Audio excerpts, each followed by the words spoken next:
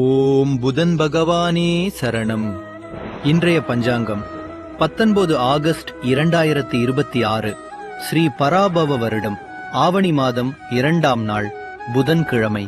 திதி சப்தமி, இரவு 7:19 வரை, பிறகு அஷ்டமி. நல்ல நேரம் காலை 9:15 முதல் 10:15 வரை, மதியம் 2 மணி முதல் 3 மணி வரை. ராகு மதியம் 12 மணி முதல் 1:30 வரை. யமகண்டம் காலை 7:30 முதல் 9 மணி வரை.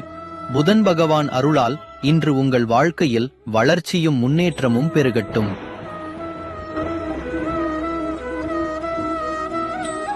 இன்றைய ராசி பலன் 19 ஆகஸ்ட் 2026 ஸ்ரீ பராபவ வருடம் ஆவணி மாதம் 2ஆம் நாள் புதன்கிழமை.